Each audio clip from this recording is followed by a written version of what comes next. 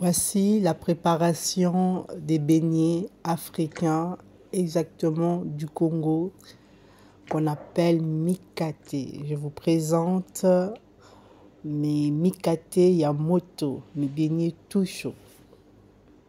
Coucou, je vous présente ma recette de beignets. Je viens mettre la levure boulangère, le cube, 42 grammes. Je mets dans l'eau tiède, donc j'ai émietté et là je viens mélanger afin d'avoir une solution bien homogène.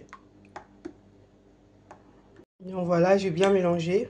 Là je vérifie qu'il n'y a rien qui reste à l'intérieur, que tout est bien mélangé. Parce que quand on mettra dans la pâte, cela permettra que ça se lie complètement à la farine et du coup d'avoir un bon goût au niveau du beignet. J'utilise un seau, ça c'est l'astuce de maman, parce que ça me permettra, si jamais ça déborde, j'ai une petite marge pour que ça ne puisse pas déborder.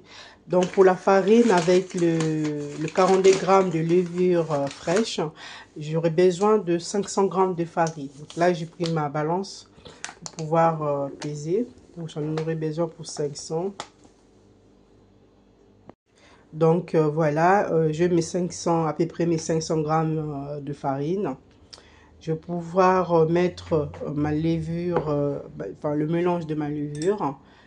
Et ensuite, j'accompagnerai avec l'eau tiède pour faire ma pâte. Donc là, je mets. Donc voilà, je commence d'abord à mélanger sans mettre mon eau. Voilà mon eau à peu près. Donc, je mettrai au fur et à mesure. En fait, le but, c'est d'avoir une pâte lisse, pas dure, pas non plus liquide, on va dire molle, lisse. Et je ne mettrai pas du sucre, hein. Je mettrai le sucre une fois que ma pâte a bien monté. Ça me permettra à ce que ce soit pas trop, que ça déborde pas, que ce soit pas trop liquide, parce que le sucre en fait ça va vraiment bien, ça vient ramollir la pâte. Donc je mets à la fin qu'une fois que la pâte a bien monté et ça évitera que ça déborde. Donc voilà. Comme vous pouvez voir, je mets l'eau au fur et à mesure, je ne mets pas tout d'un coup. Donc je mélange, comme ça j'aurai une bonne, je vais pouvoir évaluer et ajuster la consistance. Donc là, j'avais fait avec la spatule au début. Là, je vais continuer avec la main. Bien mélanger. Alors le beignet, ça demande vraiment de bien mélanger, de prendre son temps. Là déjà, on voit que c'est déjà liquide. Et je vais pas tout utiliser mon eau. Là, je vais mélanger. Il est un peu écrasé pour le grumeau. Et après, je vais battre.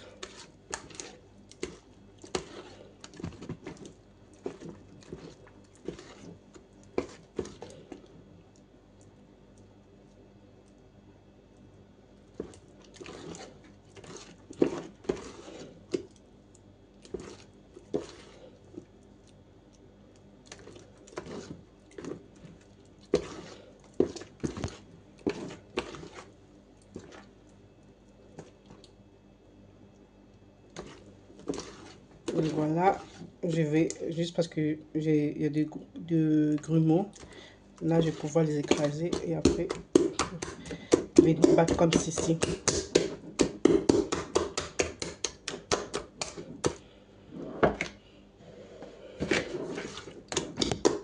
Faut vraiment prendre son temps, ça peut durer comme ça une bonne 5 minutes.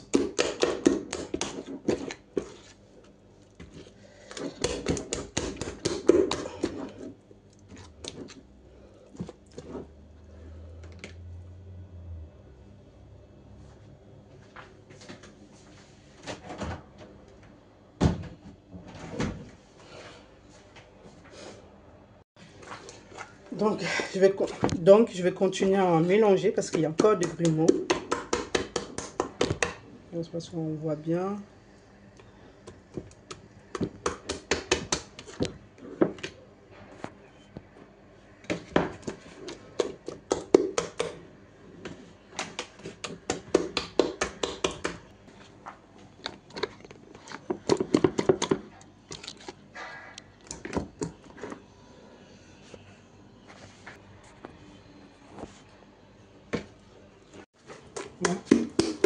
je change de position pour vous montrer comment je bats. En fait, il faut bien coller à la paroi et battre de cette manière. Jusqu'à ce qu'il n'y ait plus de gros mots. Donc on vient chercher, on ramène et on bat contre la paroi. Et ainsi de suite.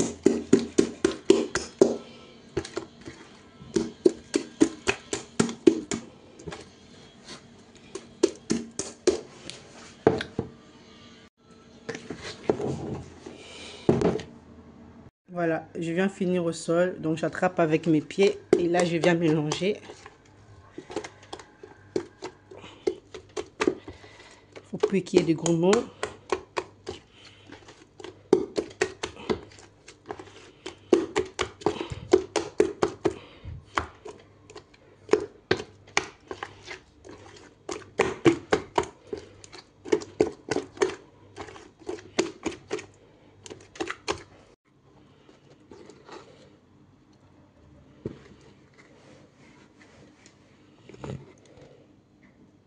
Donc là on voit, c'est bien lisse. J'essaye aussi de palper avec entre mes doigts pour voir s'il y a du grumeau. Si jamais il y en a, pareil, je viens battre contre le paroi pour le bien lier à la pâte. Donc là, on voit c'est bien lisse, un peu de grumeau.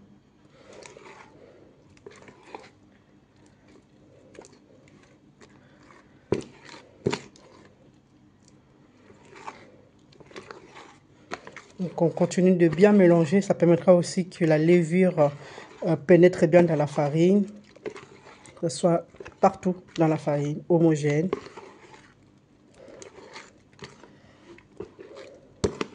On va chercher le fond.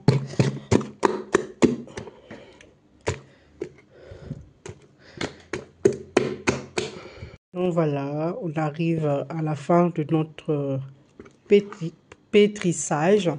Je vais pouvoir laisser ma pâte se reposer environ 2 heures. Donc la première fois, ça va monter. Ensuite, je vais dégazer, enlever l'air qui est à l'intérieur. Mettre mon sucre et laisser reposer un peu. Et ensuite, je vais pouvoir passer à la friture. Donc, en fait, ça donne une consistance élastique.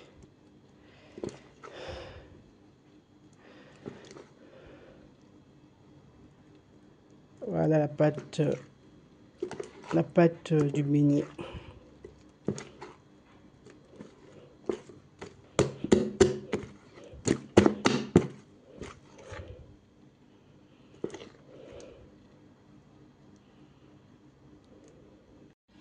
Donc voilà, je vais pouvoir laisser reposer ma pâte pendant 2 heures. Je ferme.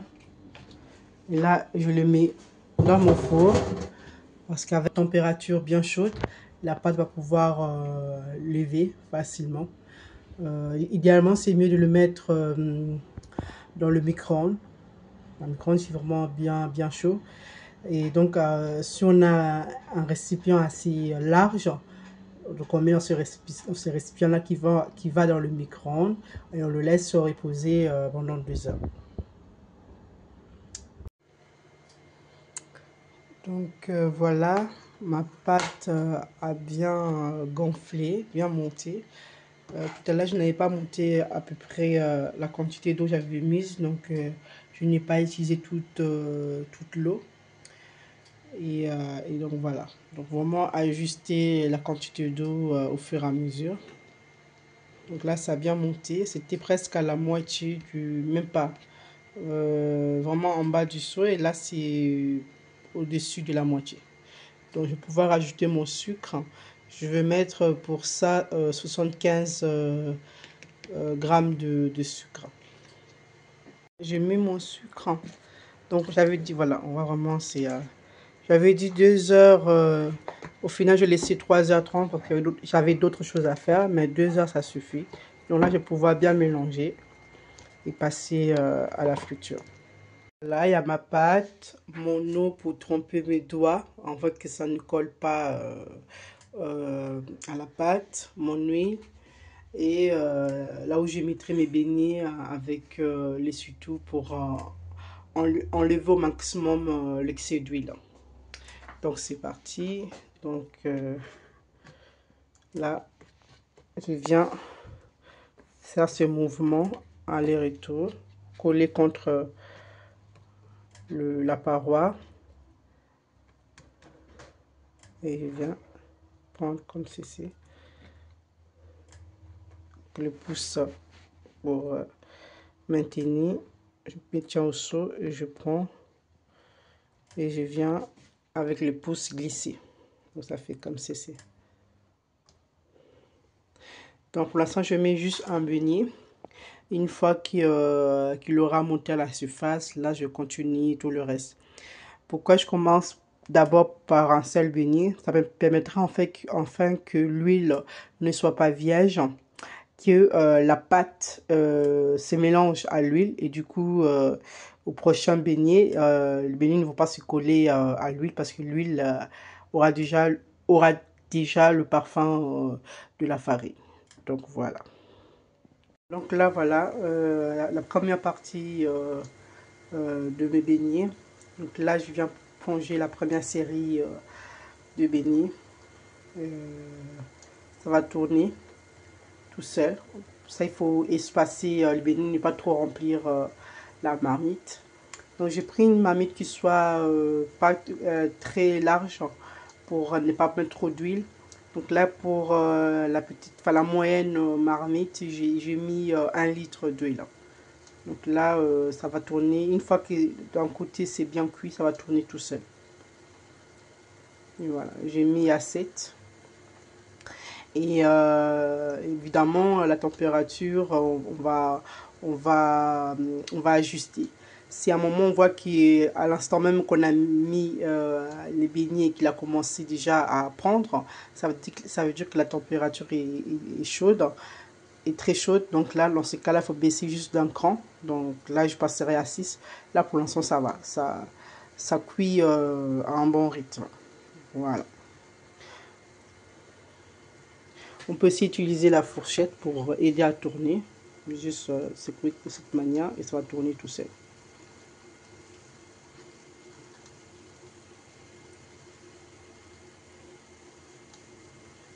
Voilà. Voilà, on commence à cuire, je commence à élever. Donc là, on voit que c'est bien doré. Dès que ça commence à bien dorer, et surtout c'est bien doré de chaque côté, on peut prélever. Ça sert de laisser trop longtemps parce que ça sera après trop dur. Que ça soit bien doré, là on voit que même si c'est un peu blanc là, mais on voit que c'est de tous les côtés c'est bien doré. Pour la seconde série de mes beignets de trempage, je viens mouiller mes doigts pour que mes doigts ne collent pas à la pâte. Donc je secoue, on fait attention à ne pas mettre l'eau dans l'huile. Donc je vais essayer de montrer à la caméra. Donc là je viens moins une petite quantité, pas beaucoup. Et là, de cette manière, je vais poser les beignets.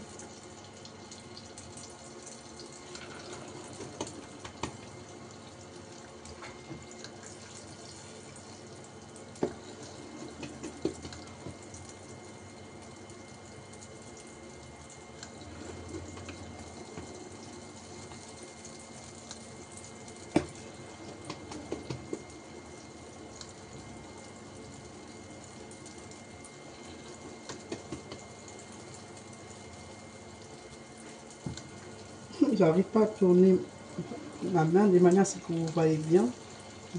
Voilà, comme ceci. Donc on vient faire, quand on glisse le pouce, on vient faire ces formes-là. Comme quand on punissait en Afrique, pour nous taper, on faisait ça avec... avec... Donc on fait ça. Hop.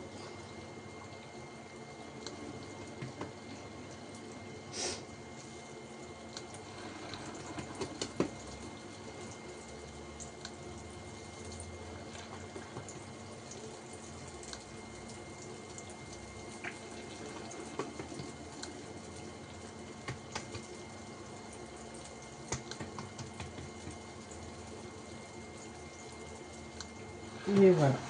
On donne à peu près ça. Donc celui-là, il a commencé à bien cuire. Donc il a besoin de bien d'être pour tout là. Pour tourner, je vais tourner. Vous voyez là, à l'instant même, j'ai mis, avant de terminer le dernier, ça commence déjà à cuire. Donc là, l'huile, l'huile, elle est très chaude, donc je viens la diminuer.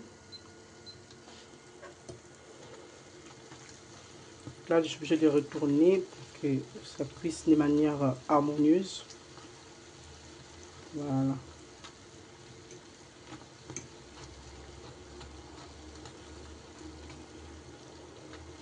Voilà. Donc, n'hésitez pas à retourner. Quand on voit qu'en bas, ça c'est bien doré, on peut tourner pour aider à cuire de l'autre côté. Et là, je vois que au niveau de l'huile, ça commence à chauffer lentement. Donc là, je peux, au bout, je crois que ça fait même pas, ça fait à peine 4 minutes. Là, du coup, je peux revenir à ma température normale et ainsi de suite.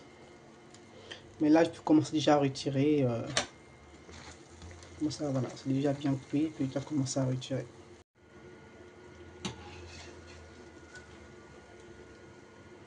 Donc, on vient voilà, peser comme ça, secouer.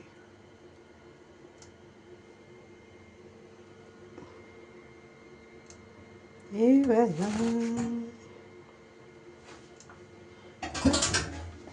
Donc là, je fais juste une partie pour le goûter. Et le reste, je le ferai en soirée. Donc on peut manger comme un repas du soir pour le dîner, accompagné on appelle ça le quaker, le gruau, ou avec juste un bol du lait, avec une pâte de chocolat, une pâte de cacahuètes, whatever, ce qu'on veut. Et là, je peux fermer et mettre au réfrigérateur. Et le sortir une demi-heure avant pour que ce soit à une température ambiante pour faire la friture.